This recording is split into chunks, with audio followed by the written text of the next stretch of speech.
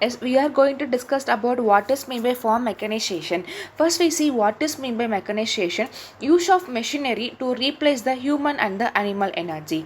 Then, next we see the definition for the farm mechanization. Farm mechanization means application of engineering and technology in the agriculture operation to improve the crop productivity. Then, this also includes the development, application, and management of all mechanical aids for field preparation, water control, material handling, storing, and the processing. The mechanical aids includes the hand tools, animal drawn equipments, power tillers, tractors, engines, electric motors, processing, and the hauling equipments. Next, we see the scope of farm mechanization. The using farm machineries, it will help to improve the irrigation facility in the country. Then introducing of high yielding varieties of seeds. Then introduction of high dose of fertilizers and pesticides for different crops, and also helps in introduction of new crops in different part of the country. Then it also helps in multiple cropping systems and intensive cultural followed in the different part of the country. Next, it also helps in improving the field preparation. It also helps in weeding, then watering, spraying, interculture operation, harvesting, transportation, etc. The effective farm mechanization will helps in increasing by timeliness operation and also quality of work. And next, benefits of the farm mechanization. There are various benefits of farm mechanization, that is timeliness of operation and also precision of operation, and also work in improving the working environment, enhancement of safety, reduction of drudgery of labors, then reduction of loss of crops and food products, increase the productivity of land and also the soil fertility. It helps in increased economic returns to the farmers. It improves the dignity of farmers and also helps in progress and prosperity in the rural areas. Next, we see the limiting factors and what are the factors which affect the farm mechanization. There are various limitations in adopting the farm mechanization. It also affects the small and fragmented land holdings and also the less investing capacity of farmers. Then agricultural laborers is easily available. Then adequate draught animals are available in the country. Lack of availability of suitable farm machines for different operations. Lack of repairs and servicing facilities for machineries.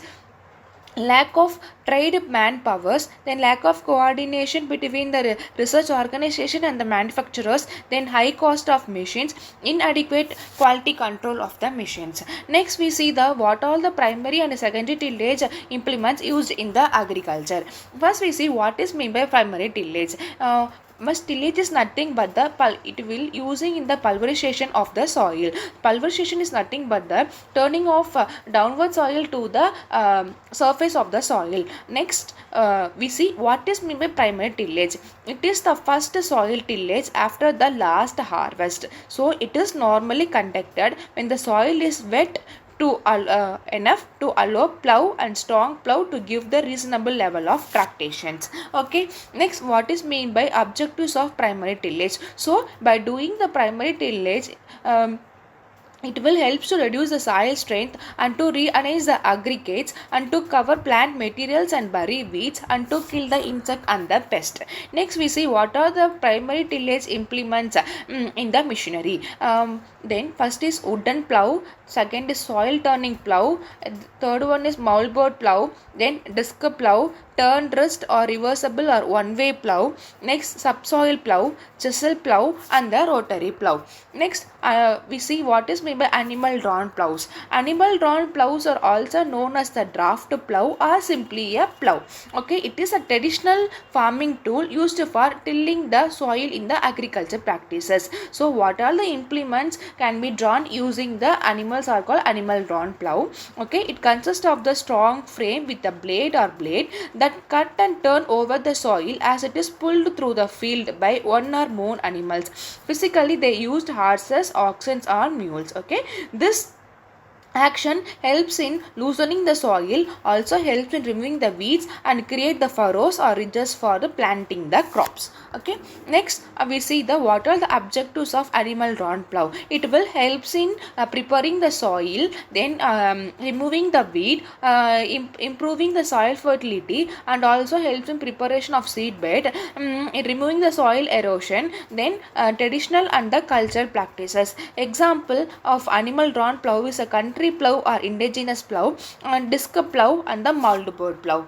Next, we see what is meant by country plow or indigenous plow. So country plow is also known as the indigenous plow. It is an animal drawn plow. It penetrates into the soil and break it open. Then by using the country plow, it forms a V-shaped furrow with the depth of 15 to 20 centimeter from the top and 12 to 15 centimeter in the depth. It also can be used for plowing in dry land, garden land and the wetland. Next, the size of the plow is represented by the width of the body, and the field capacity is around 0.4 hectare per day of 8 hours. The functional components includes, it consists of, the functional components nothing but what all the parts in the country plow is that it contains share, body, shoe, handle and the beam. Then except share, all other parts are made of wood. In village, local artisans made the plow and supply to the farmers. These plows are also called as the country plow.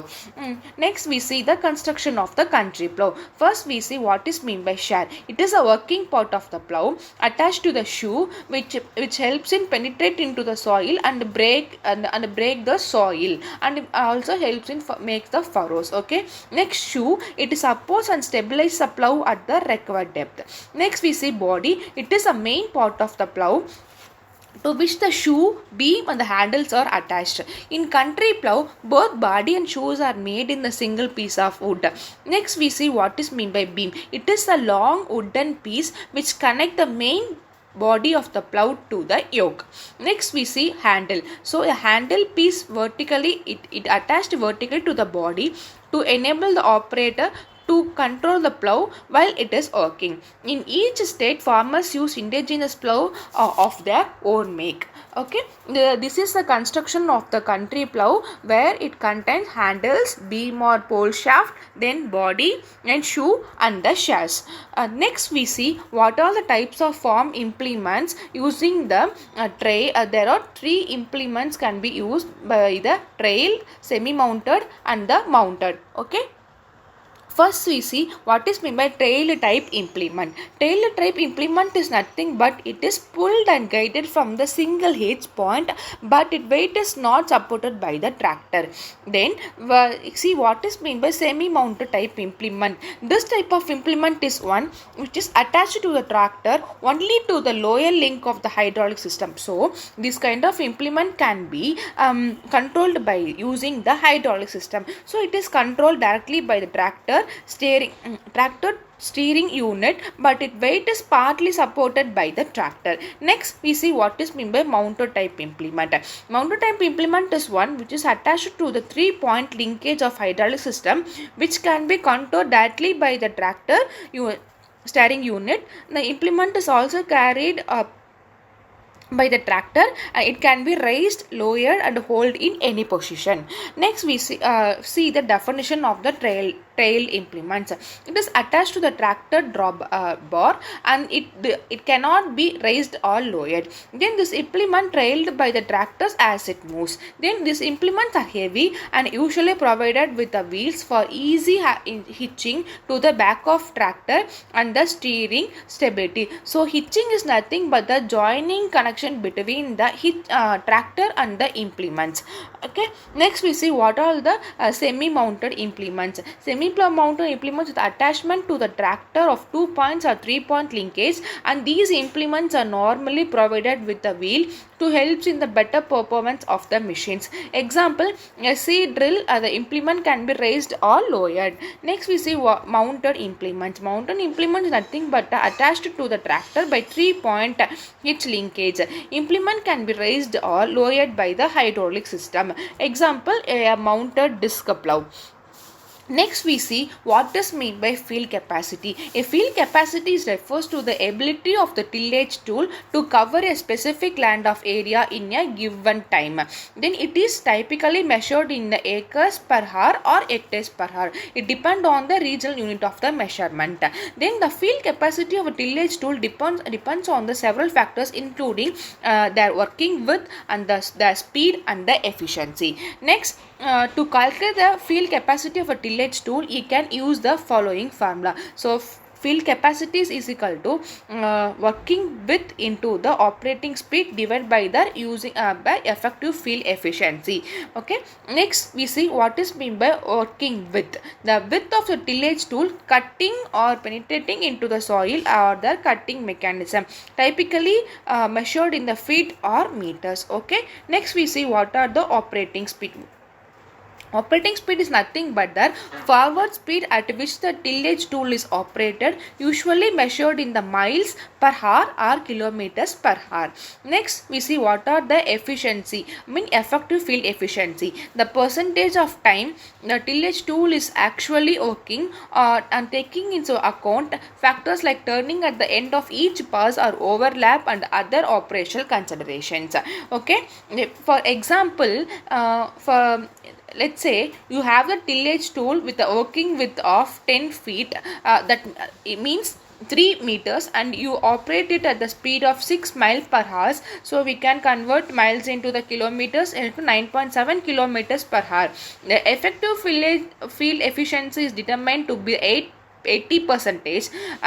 It's working efficiency. Okay, it's based on the previous experience or manufacturer specifications. Using these values, the field capacity can be calculated as so. Field capacity is equal to working width into the speed divided by the efficiency. So here the speed working width is at 10 feet, which means 3 meters into 6 miles. Okay, divided by the efficiency. Here they indicate they shown as 80 percentage. So by converting into the percentage, it is 0.8 is equal to 75 acres per hour. Okay, next we see what are the forces acting on the tillage tool while it's working the agriculture land.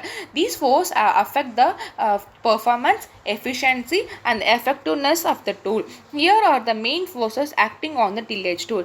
First is a tractive force and the cutting force, the penetrating force, draft force, side force and the residual forces. Thank you.